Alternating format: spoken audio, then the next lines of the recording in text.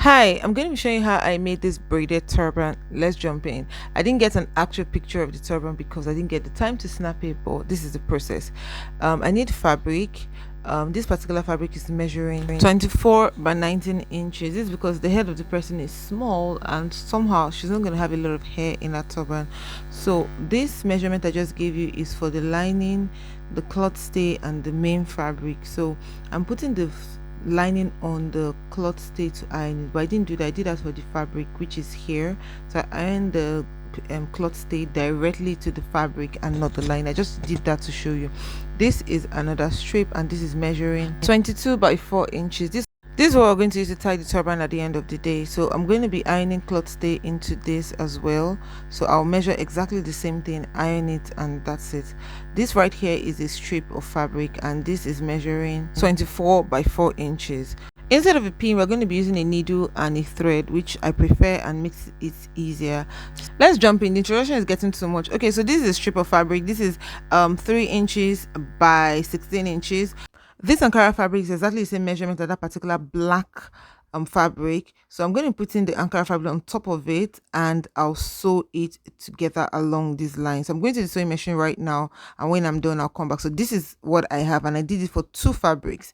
I'm going to be turning the fabrics like this. What I'm going to achieve is a V front. So this is how we achieve the V front. Just put it like that to form an actual V, and instead of using a pin to hold it down, I use a needle and a thread to hold it down. The reason I like to use a needle and a thread is because when I'm sewing it together, there's no pin obstruction. You don't have to take anything out. By the time you're done, just lose out the thread. So I've done that already. I'm going to pick a long black strip. Okay, I prefer to use the back of the fabric instead of the front, so there's no, you know what I mean. So I'm going to pick that particular black fabric is measuring 4 inches by 23 inches. So I just identify the middle and place the middle on the middle of that V as well. So once I've identified the middle, I'm going to be using a needle and a thread to secure it so that when I'm attaching it, it doesn't shift. So I'll do that. You can even choose to sew it with a needle and thread from the beginning to the end, so that by the time you're sewing it, you don't have any issue with it shifting, because it needs to align properly. So just watch what I'm going to be doing right here. I don't think I'll sew it to the end like I'll usually do, but I'll just sew it to a point so you see how it's done and what I mean. By the time I get to where I feel is okay, I'll take it to the sewing machine and I'll do it myself, and you see it. But if you're not used to the arrangement, kindly do it from the beginning to the end. So I'm going to be stopping right here. So this is what it's going to be like, that to the end that way, and same thing is going to apply for the other side. But because I understand how it works, I can go to the sewing machine and do it together and nothing is going to shift. I'm going to go and do that right now, and we'll come back. While that's been done, I'm going to be taking the lining and putting it on top of the right side of the fabric. I'll sew it round and turn it over. So when I'm done with doing that, this is what it would look like. So it's sewn everywhere, you know, and all of that. Iron it flat so that it stays put, but I was too lazy to iron it. So this is the hairband that we had done earlier. Finished sewing it, and we're going to be putting the fabric on this hairband like this. So pay attention to the fact that you need to sew it in front of that line, not at the back, so that the line doesn't get to show. So now I've done it. This is what it looks like. This is optional. You can decide to create more pleats by just sewing it together like this. But I discovered that whether I create pleats or not on this particular turban, because the fabric is a coat of many colors, like I like to call it, the pleats would not even show.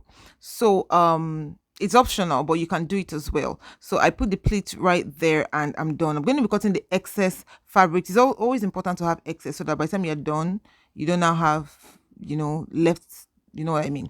So this is the band, so I'm going to be attaching it to a needle and a thread just to show you how it's going to look like. I'll turn it over that way, and then I flip it this way, fold it, make sure it's neat, use a needle to hold it down. This is because the sewing machine may not be able to secure that beginning point, so it's important to use a needle and a thread to do it. And then I'll then pick the other part and take it to the sewing machine. So what I'm going to be doing here is I'll then take it to the sewing machine and sew it together properly so that the band can come out neat and strong. So I'll just fold it in that way to create a bias tape kind of situation. So that's it right there. I'll do that in sewing machine and come back. So I've done it already right now, and the next thing I'm going to be doing is that I'm going to be sewing this base together. So I'm going to be starting from there, and then I'll just sew it round to that point, and that'll be it. I'm going to come back after I've sewn it and I'm going to show you. So after I've sewn it, next we're going to do is to pick a needle and a thread and do running stitches. We'll do running stitches from the back of where it has been sewn, from the beginning that way down to the end, but it's not going to get to the end because I didn't sew the turban completely. If you notice where I started from, so we're going to stop where the turban was sewn when we stopped. I hope that makes sense. If it doesn't, you can ask me. So yes, I'm done doing it right there. I've tied it and I've cut the thread, and this is what the turban looks like. Next thing I'm going to be doing is to be creating pleats at the back. If not, it's going to be one long, annoying, funny looking cap. But yeah, I'm going to just fold it and arrange it here and there so it looks presentable and beautiful. You feel me, right? Yeah. So let's go straight into the next thing. I'm going to be creating the braids. So this right here, I measured 45 inches by 5 inches. I sewed it together. I turned it. I put foam and fiber inside. I mean, some of them had foam, some of them had fiber. I think I was short of foam, so I had to replace it with fiber. So I'm going to be doing braids right here, and when I'm done with the braids, we're going to be seeing the next thing. I finished the braid right here, and I just went ahead to put it on the turban. I'm sorry I lost that clip because I don't know what happened and what I was doing, but I've already attached it here with the needle and thread. That's very easy. What I want you to pay attention to is how I'm going to be closing up the rough edges for this braid. If you look at the edges very well, you discover that it's kind of rough. So what I did was that I picked another fabric. That particular fabric was measuring 4 inches by say 3 or so inches, but I just made like 7 inches, and I sewed it together, turned it, and then I opened it and put the whole braid inside it. I did that particularly just so that it would conceal every rough edge and all of that. Having sewn it to it, I'll just turn it that way just to hide the rough edges, cut it inside, and use a needle and a thread to attach it down so that you don't see the rough edges. So I'm going to be wearing it right here. Please just permit the whole situation that is going on right here. I wasn't even ready for this video, but my grandmother was in front of me because this is a turban. So this is how it's worn. You just tie it that way, and that's it. So let me show you what you can do with it at the back if you do not want those ropes to show. So it's up to you whether you want the ropes to show or you want to do something with the ropes in front or not. But this is how you can do it at the back. So you just tie it together like that.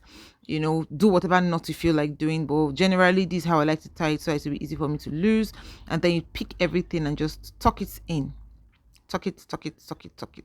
Yes. You can decide to leave it dangling, but it's up to you. But for me, I prefer to just tuck it in like this. I put stones in front, I forgot to mention. And this is what you can also do with the ropes in front. Just tie it together like this. Tie it again, and voila. If you don't like it this way, you can just tuck it in as well. So this is basically what the turban looks like. Do you like it? Is it easy to do? Now, because this is for my grandmother, it kind of looked small, but if you want to make it bigger, you can now increase the size of the belt. You can make the belt as wide as 7 inches so that by the time you stuff things inside, it will be big. Okay, the video is over. Bye.